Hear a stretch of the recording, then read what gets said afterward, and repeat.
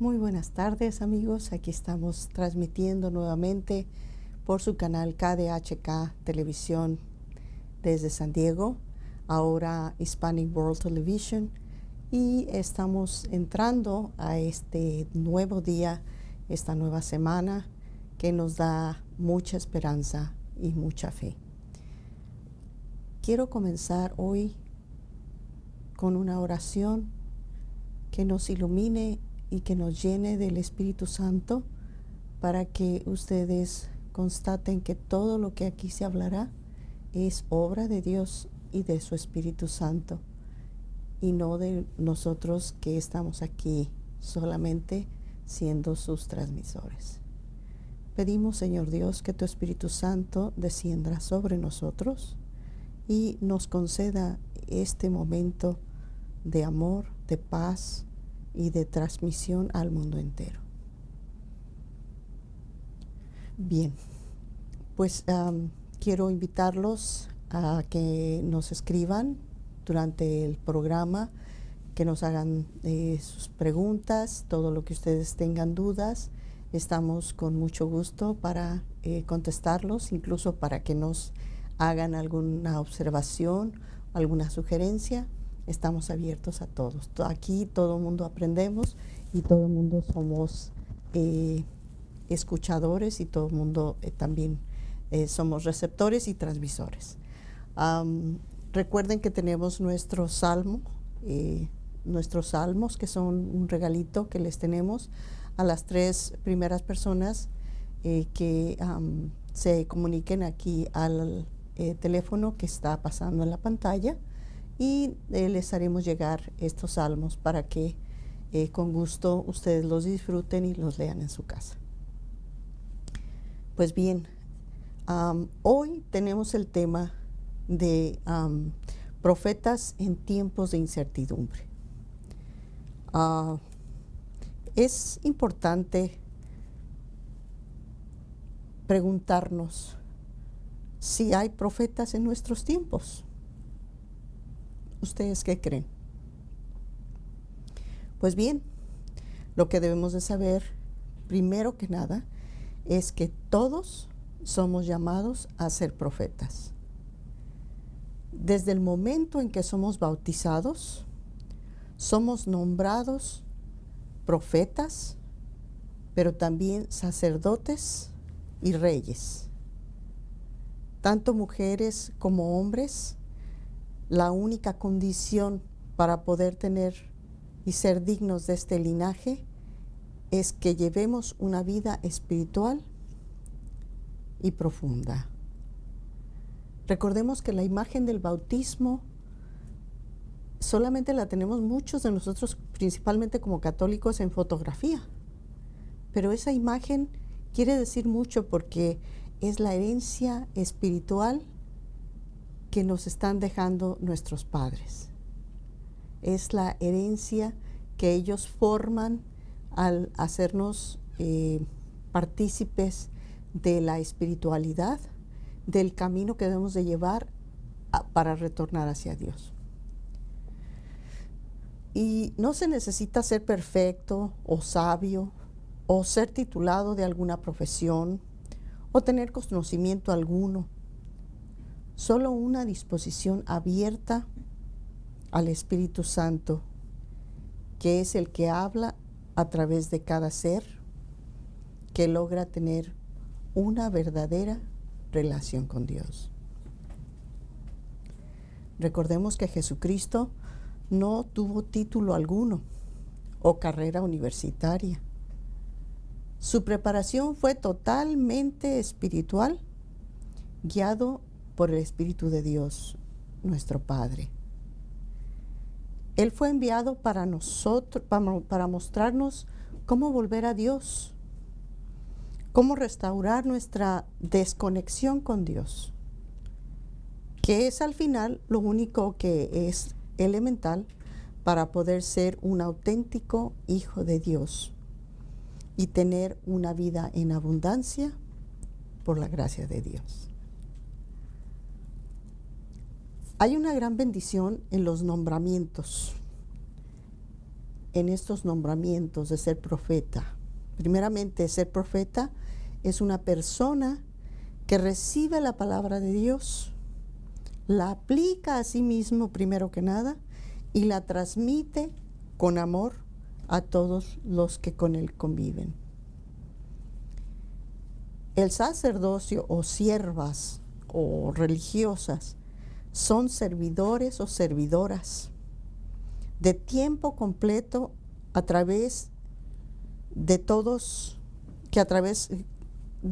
ellos con los que se encuentran, tienen esa obligación o esa, no es obligación porque si no lo hubieran hecho voluntario, pero es ese deber para con toda la gente con quien se encuentran, con quien se rodean. Y el ser reyes o reinas es responder con dignidad, respeto y fidelidad, pero sobre todo honor a estos nombramientos e investiduras a los que hemos sido llamados desde el bautismo.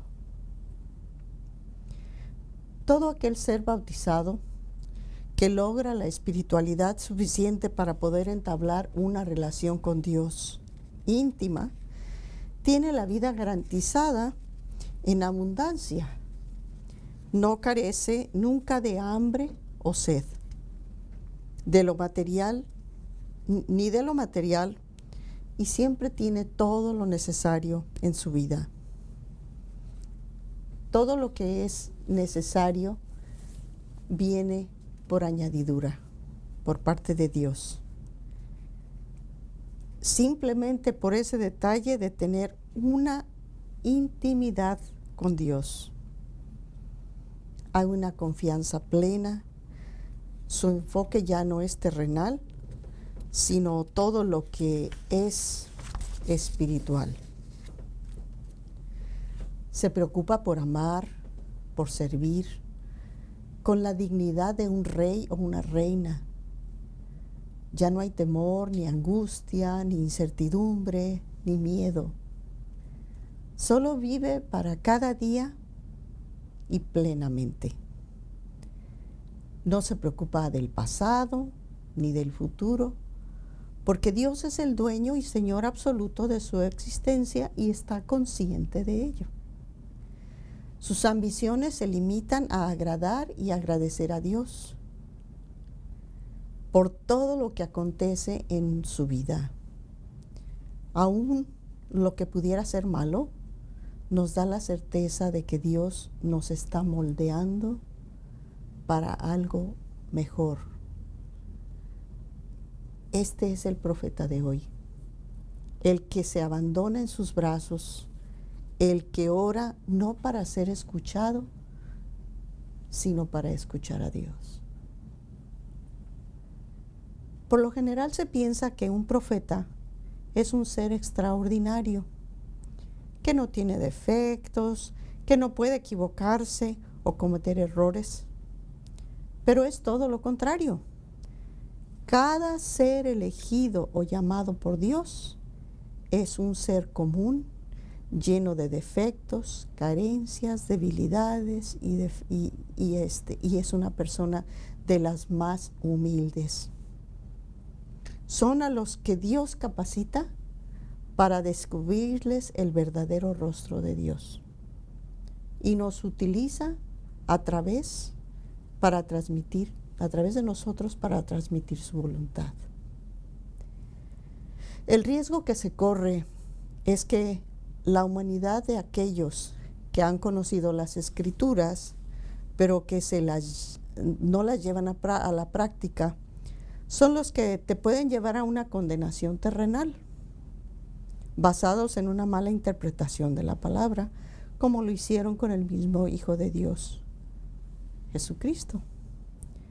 Para los escribas y doctores de custodiar la ley de aquel entonces, Jesús fue un defectuoso, irreverente, blasfemo, un brujo que fue capaz de denunciar y descubrir sus más negros pensamientos, sentimientos y torcidas intenciones. Por ello fue condenado y crucificado.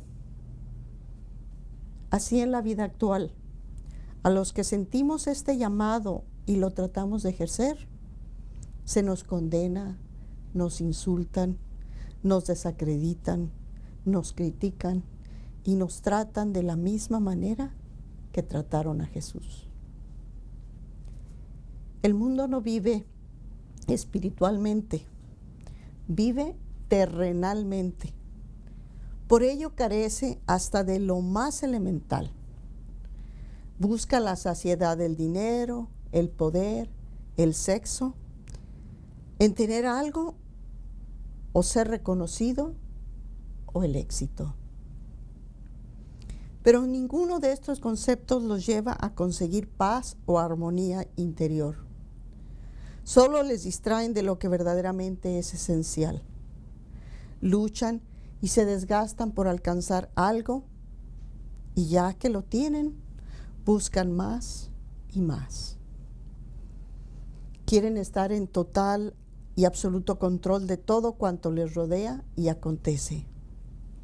Su ansiedad de dominio, ya sea en su hogar, en el trabajo, con las amistades o donde quiera que se encuentra, lo llevan a una distorsión del amor. Se olvida de la compasión, la comprensión y la misericordia. Para un ser controlador, todo es defecto. Todo es defectuoso, es erróneo, desea corregirlo todo y a todos. Como podemos ver, no hay la más mínima interiorización espiritual. Todo está a nivel emocional, incontrolablemente lejos de dar alegría o satisfacción, solo oprime y lastima. Ahoga cualquier manifestación de amor, aunque tenga las mejores intenciones. Estas personas se encuentran atrapadas en una cárcel de egoísmo y aunque creen hacer las cosas para los demás desde su concepto, los que los rodean están muy lejos de considerar su esfuerzo, ya que no es un dar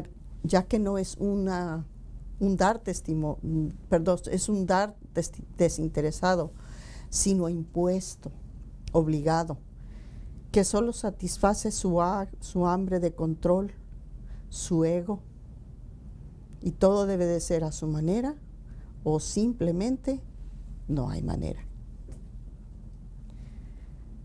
Hay personas que te ayudan, pero con la condición de que hagas las cosas tal como como ellos quieren que las hagas.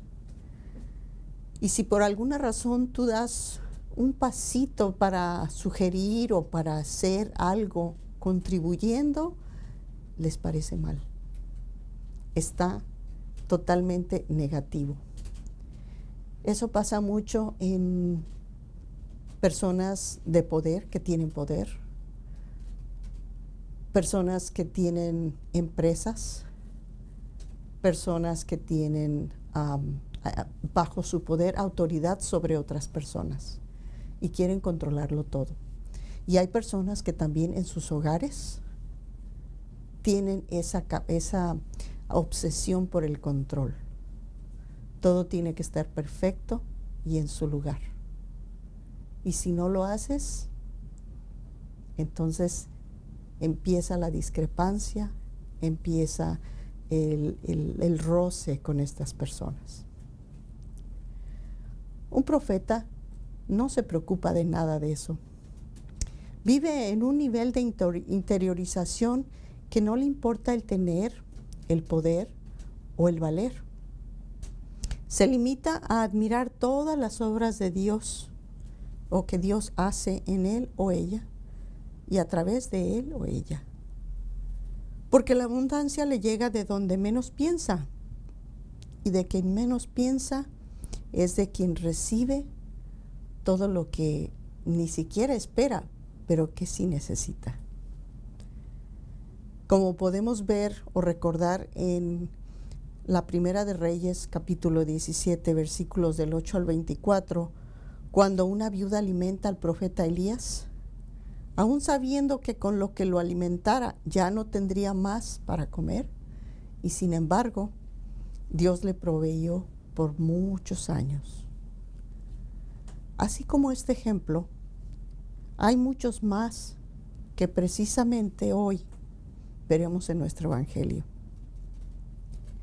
De manera que cuando uno se dedica o dedica su vida a ser un verdadero profeta o a ser una profeta, Dios nos abastece y nos equipa de todo lo necesario para emprender este viaje temporal por el mundo. Nuestra vida siempre tendrá un sentido firme. No hay angustias ni ansiedad, ni mucho menos pasa hambre, porque Dios todo se lo proveerá. En estos tiempos en que hay tanta gente angustiada porque se ha quedado sin trabajo, porque perderá su vivienda, porque se murió la persona que los abastecía, etcétera, etcétera, es cuando debemos hoy más que nunca recordar que hay un profeta en cada uno de nosotros, que debemos de confiar en Dios y dar todo lo que tenemos a Dios, como lo hizo aquella viuda. Ahí es cuando comenzaremos a ver la providencia divina, cuando podremos admirar la misericordia de Dios y sus obras hechas realidad en nuestras vidas. Les invito pues a reflexionar, a detenerse un momento y preguntarse, ¿qué tanto he utilizado o acudido a mi investidura de profeta? ¿Realmente dejo todo en manos de Dios? ¿O soy uno de esos controladores que hacen de sí mismos un Dios sin poder? Los dejo con estas preguntas reflexiva y regresamos después de esta pausa.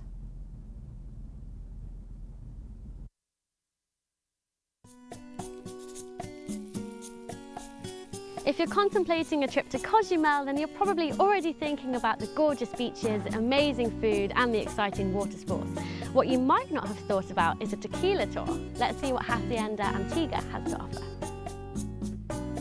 Tequila actually has a very rich heritage. In order to warrant the name tequila, it needs to be grown in a certain region called Jalisco, much of the same rules as champagne needing to be grown in Champagne, France.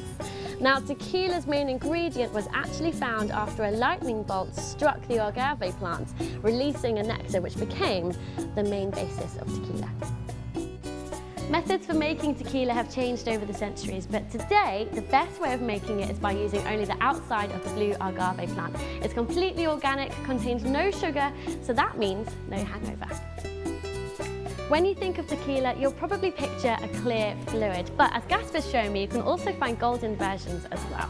Now, this is made by taking distilled tequila and transferring it into barrels full of charcoal, which changes the taste, the color, and the price. So, Gasper, which one's your favorite?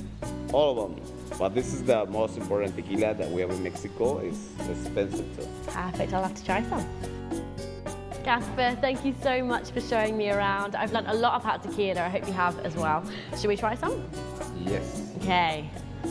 Oh, this looks good. Cheers.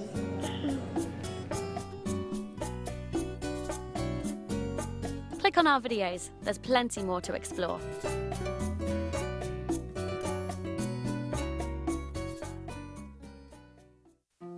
Mi nombre es Constanza Fregoso, soy artista plástico, actualmente estoy cumpliendo.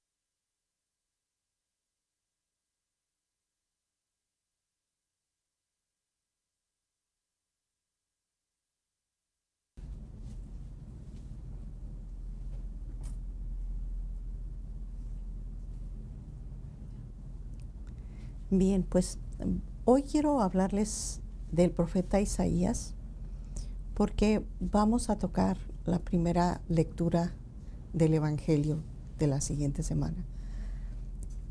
Y quise comentarles que Isaías, siendo un profeta, ¿cuáles son las características, fueron las características de Isaías? Él fue considerado como uno de los profetas más importantes de la Biblia. Su nombre significa el Eterno, es salvación.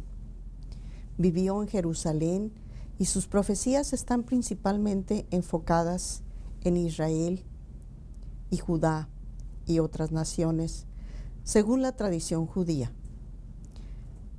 Isaías era de descendencia real y probablemente era primo del rey Usías, lo cual le podría haber dado acceso a los reyes de Judá.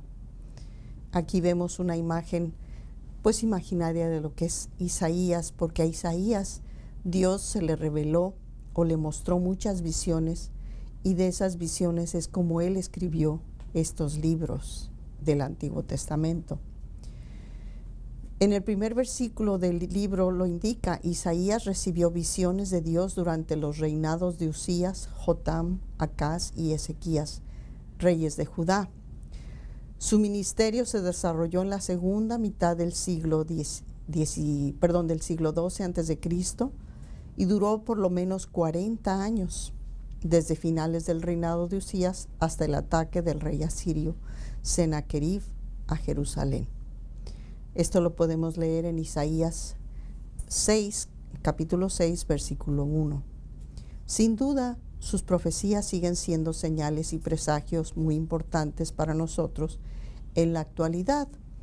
Si queremos ir más a profundidad, podemos leer las citas de Isaías 8, versículo 18.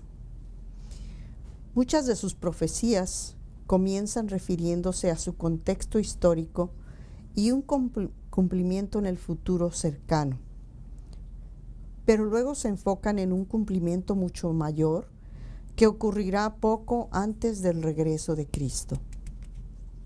Jesucristo es probablemente el tema más importante de este libro.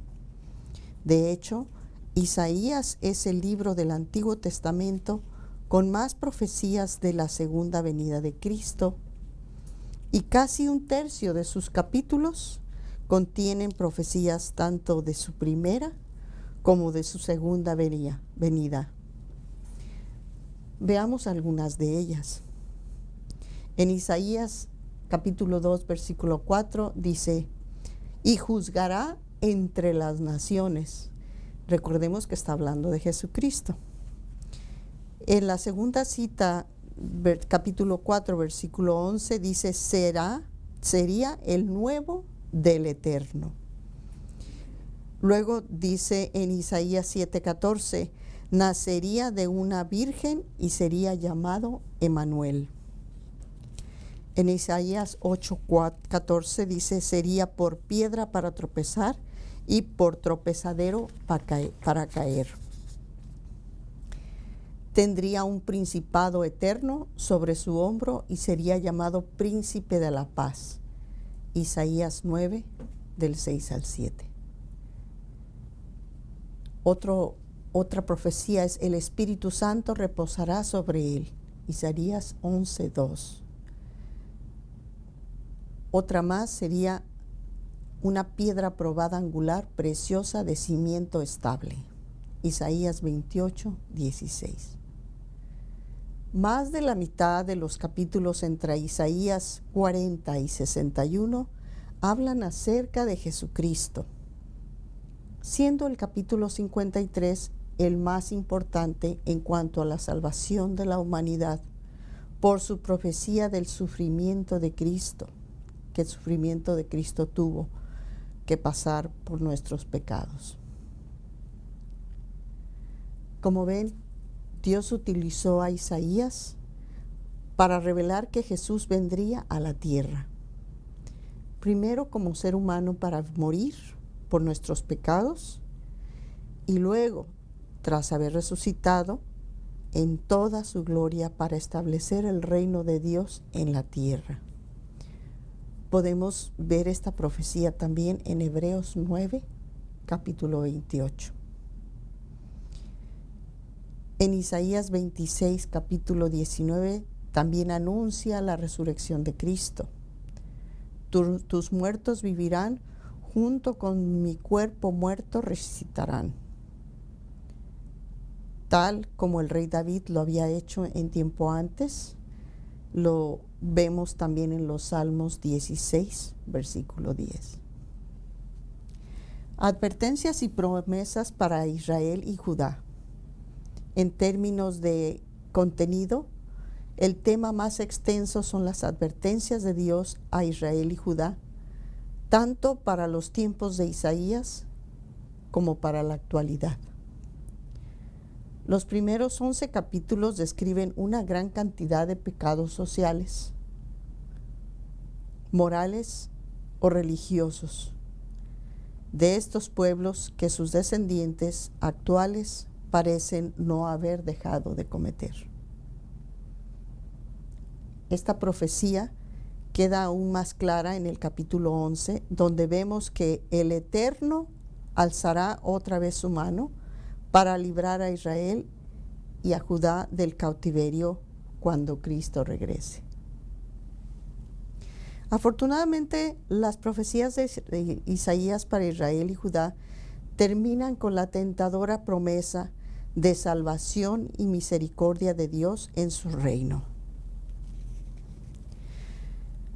Como muchos profetas del Antiguo Testamento, Isaías escribió importantes profecías en cuanto al día del Señor, las cuales abarcan desde el capítulo 2 al 66 del libro. A diferencia de sus profecías duales de Israel, hay dos explicaciones a esta parábola. Una, que Dios hace el milagro multiplicando los panes, y la otra, en Judá y sus profecías, aquí ya me pasé para otro lado, mil disculpas. Y Judá y sus profecías, el día del Señor, tienen solo un cumplimiento futuro en el terrible tiempo de angustia que vendrá antes del regreso de Cristo. El día del Señor es lo que mucha gente llamaría fin del mundo, pero en realidad solo será el fin de esta malvada era en la que vivimos actualmente. Los capítulos 2, 13 y 24 describen los terribles efectos de estos eventos y cómo los hombres aterrorizados se esconderán en las cuevas. La tierra temblará probablemente hasta salirse de su órbita y el planeta quedará casi vacío, además de completamente arruinado. Y esto lo podemos ver en los versículos 2 del capítulo 2, del 19 al 21. Y por si fuera poco, el día del Señor también será un tiempo de guerra. Este periodo también se describe en las 7 trompetas del Apocalipsis. Como ven, finalmente el día del Señor terminará cuando se tocará con trompeta y Cristo baje a la tierra. El último gran tema de Isaías es el reino de Dios que Jesucristo traerá en su segunda venida. Si bien la palabra reino nunca se utiliza en el libro de principio a fin en Isaías, este contiene descripciones de esta era futura. Si bien las profecías de Isaías son revelantes para todas las generaciones, su enfoque final está en los tiempos del fin, o los fin de los tiempos, cuando Cristo regresará para establecer el reino de Dios en la tierra. Las advertencias del profeta acerca del día del Señor y los pecados de Israel y Judá deberían ser de gran importancia para nosotros. Solo si escuchamos las advertencias podremos estar seguros de que obtendremos la misericordia y salvación descritas en el libro de Isaías. comencemos pues a cambiar nuestra vida para poder ser parte de ese reino de Dios con la ayuda de los artículos de la sección que nos invita a crear un cambio en nuestras vidas. Nosotros, tú, yo y todos los que estemos viendo este programa, recordemos que somos profetas. Y somos profetas para que tengamos que estar dispuestos a transmitir sus designios, ya sea en gran escala o simplemente entre los tuyos y tu medio ambiente. Isaías describe perfectamente lo que pasa en la vida de Jesucristo, lo que pasa después de la vida de Jesucristo y lo que nos espera cuando Jesucristo venga. Y en este momento estamos en ese momento crucial de preparar este camino, este encuentro con el Cristo que ya viene y darle esa oportunidad de rescatarnos, esa oportunidad de salvarnos, esa oportunidad de regalarnos esa promesa que nos tiene, una vida eterna. Nadie, absolutamente nadie, estamos permanentes en esta tierra. Y si no somos conscientes de ello, tenemos que empezar a despertar, porque la vida eterna no está aquí, está al lado de Jesucristo. Vamos a hacer otra breve pausa y regresamos con ustedes enseguida.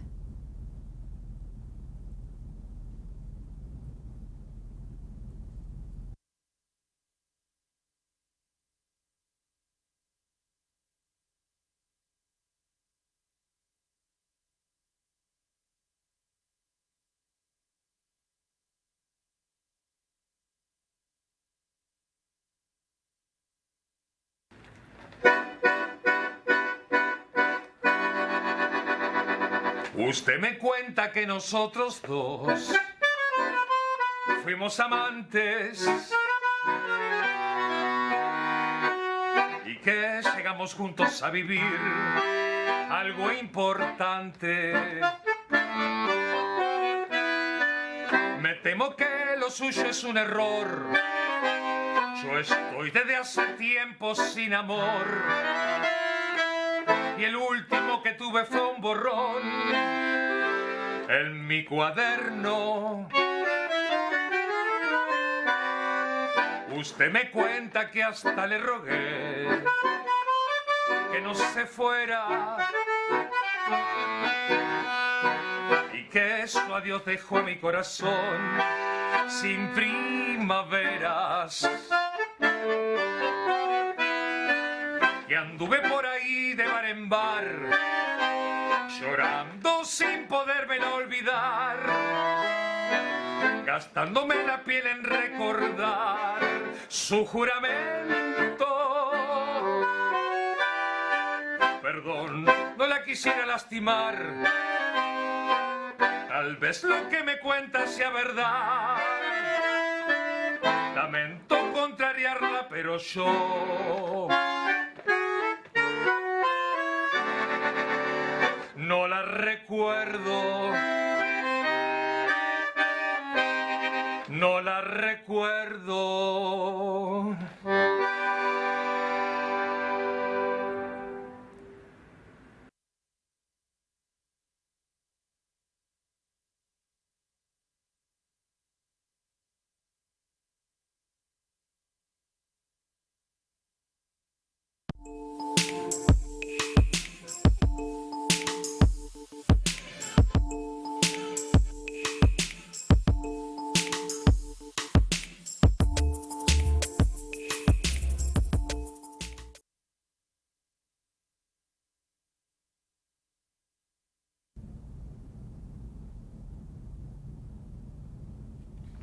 Bien, vamos a empezar nuestras lecturas de la siguiente semana.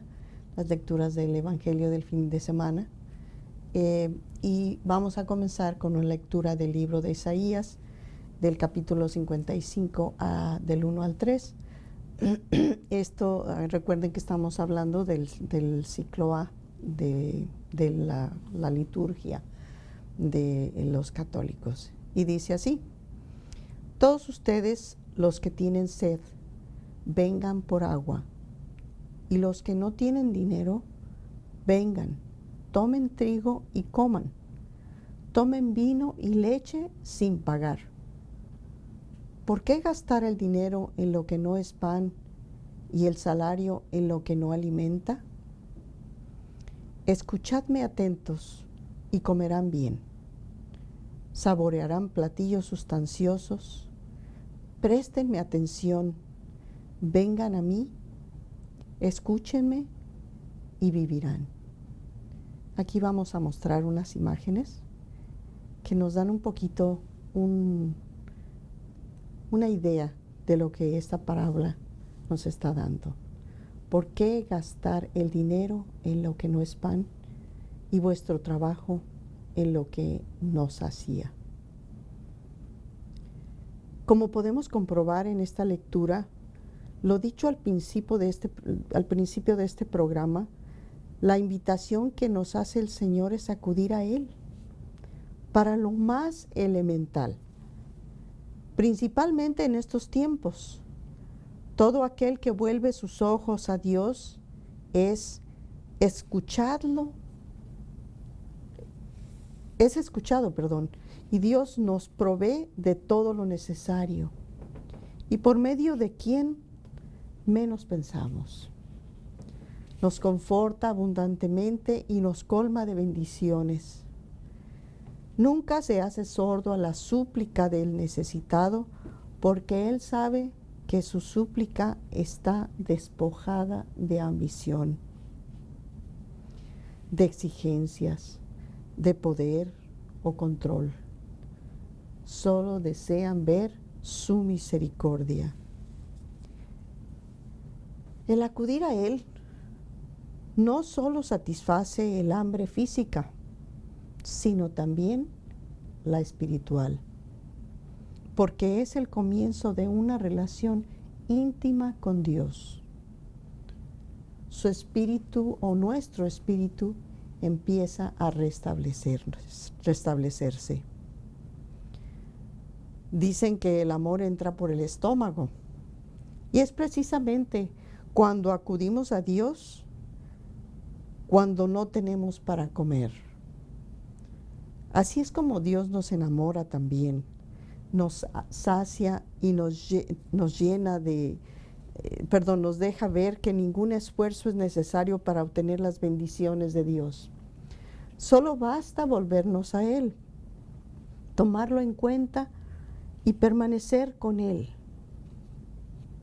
Por ello nos pregunta: ¿por qué gastar el dinero en lo que no es pan y el salario en lo que no alimenta? Como por ejemplo la vanidad, el físico, un medio de transporte, tener un hogar, tener un mejor trabajo o un buen trabajo o una carrera universitaria y tantas cosas más que nos distraen de una vida espiritual con Dios. No quiere decir que esto lo dejemos de hacer.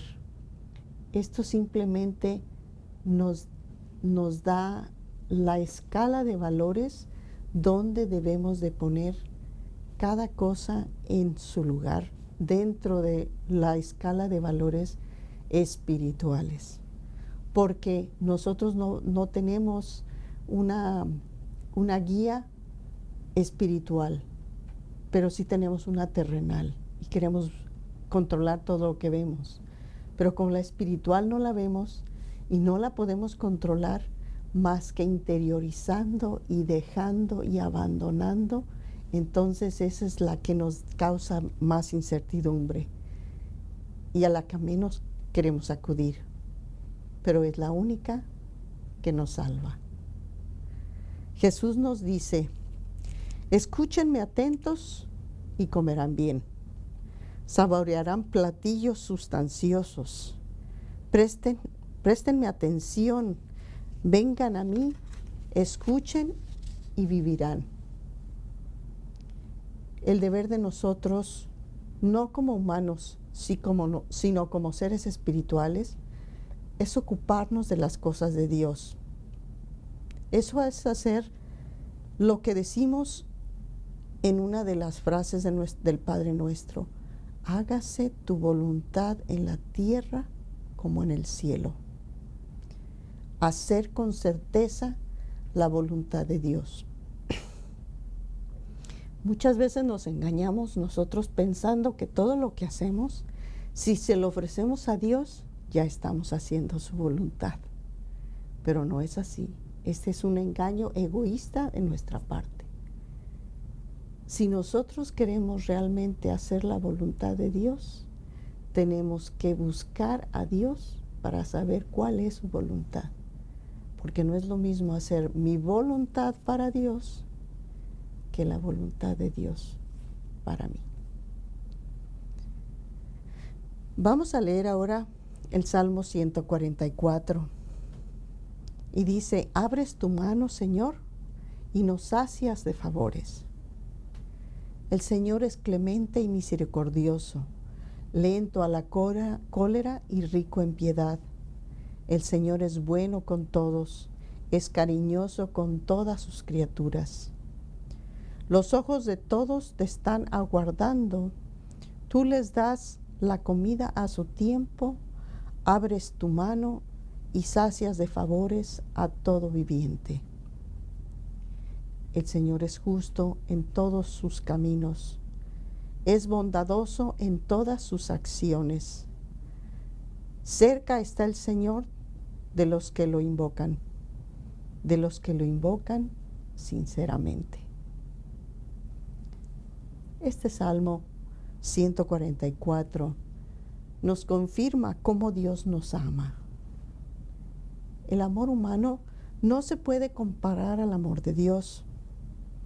Cuando experimentamos lo que sentimos por un hijo, lo amamos ciegamente, le aceptamos todo, le damos todo cuanto está en nuestras manos hacer por él, le perdonamos, le justificamos todas sus acciones, aun cuando sean malas o equivocadas. Lo educamos, le damos lo mejor. Y si eso es una mínima comparación, ¿cómo podemos pues comprender?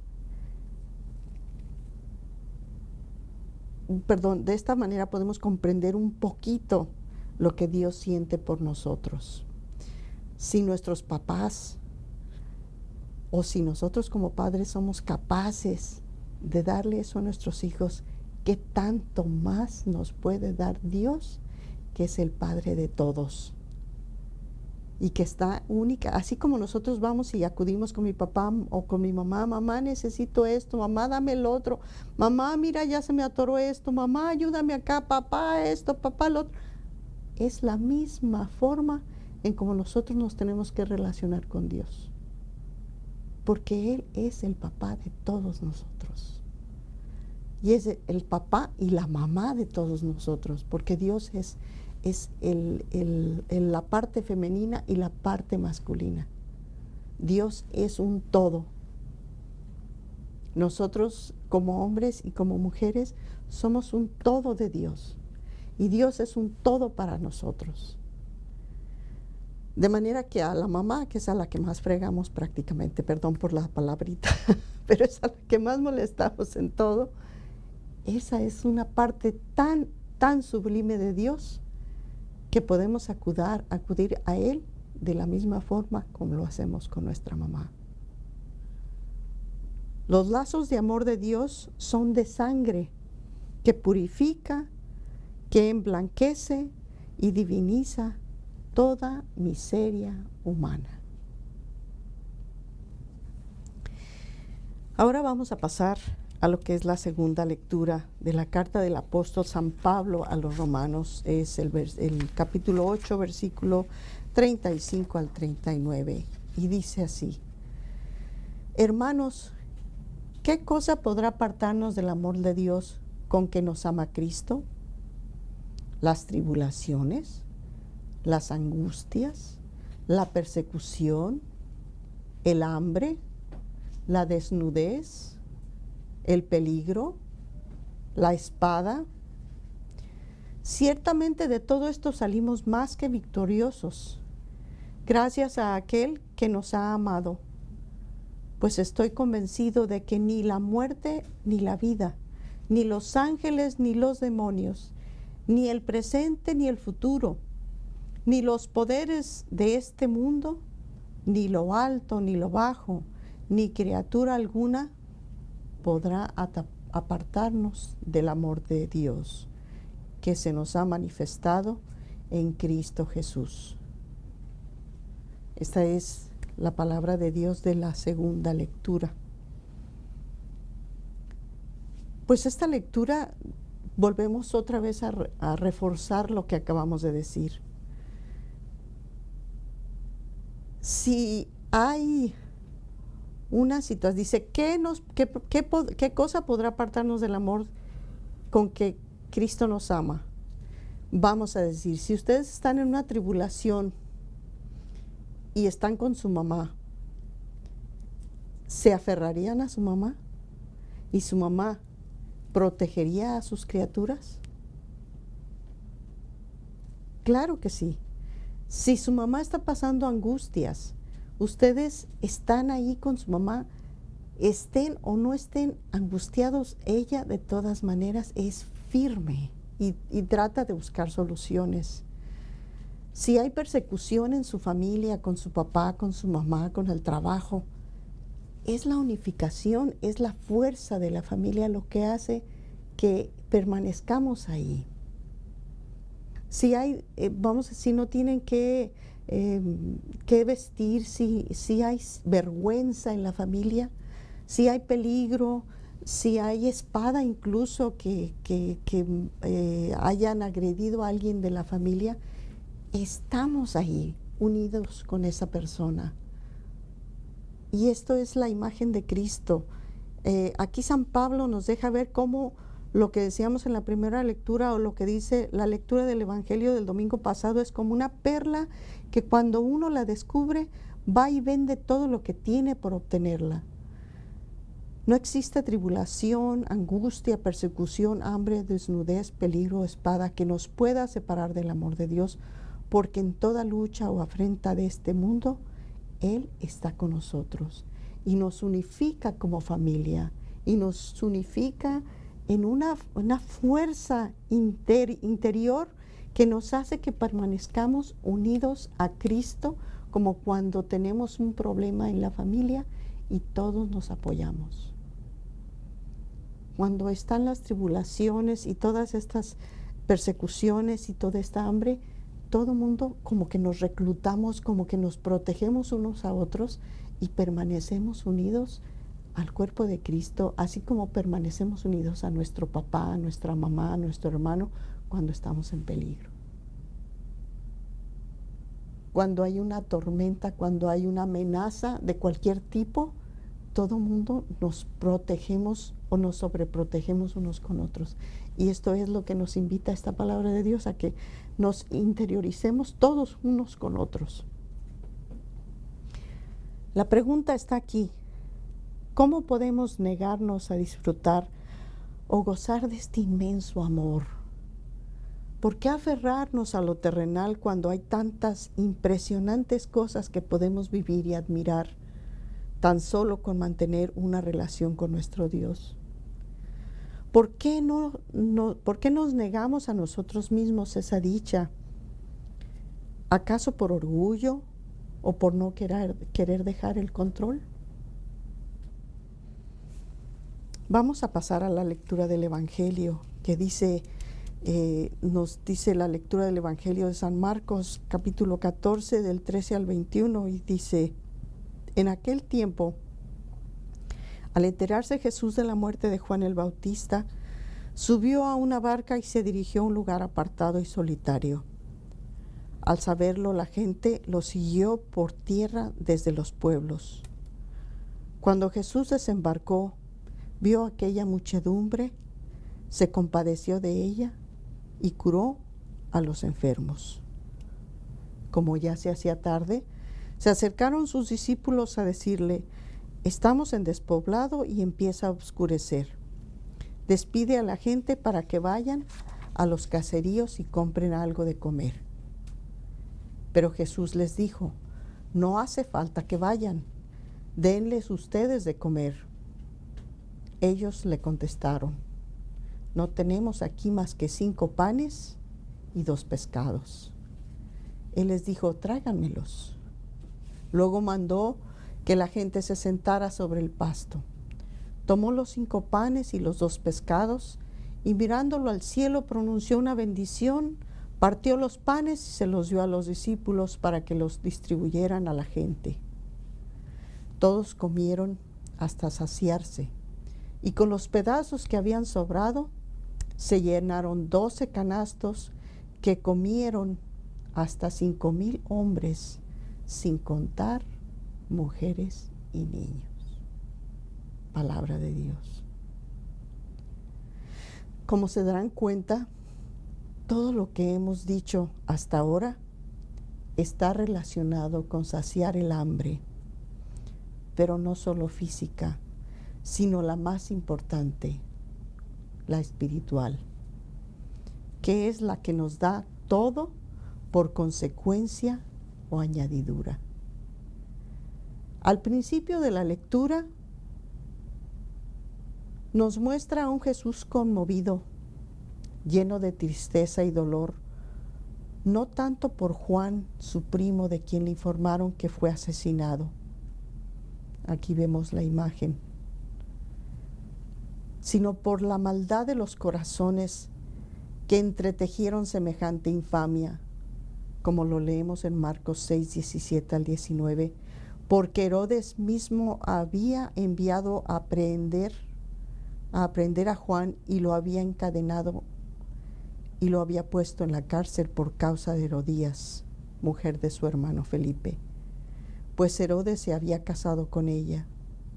Porque Juan le decía a Herodes: no te es lícito tener a la mujer de tu hermano.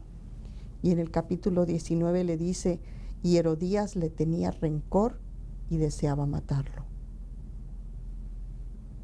Jesús se retira a solas a orar, tratando de justificar la actitud de la maldad del hombre seducido por el maligno.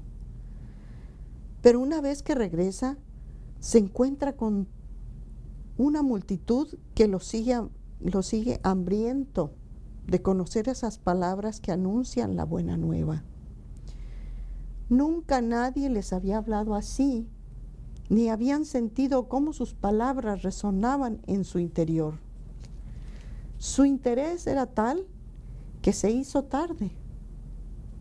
Los apóstoles que buscaban cuidar de él le dicen que ya es tarde, que los despida, porque ya no habían comido. Pero Jesús complementa su sermón con él,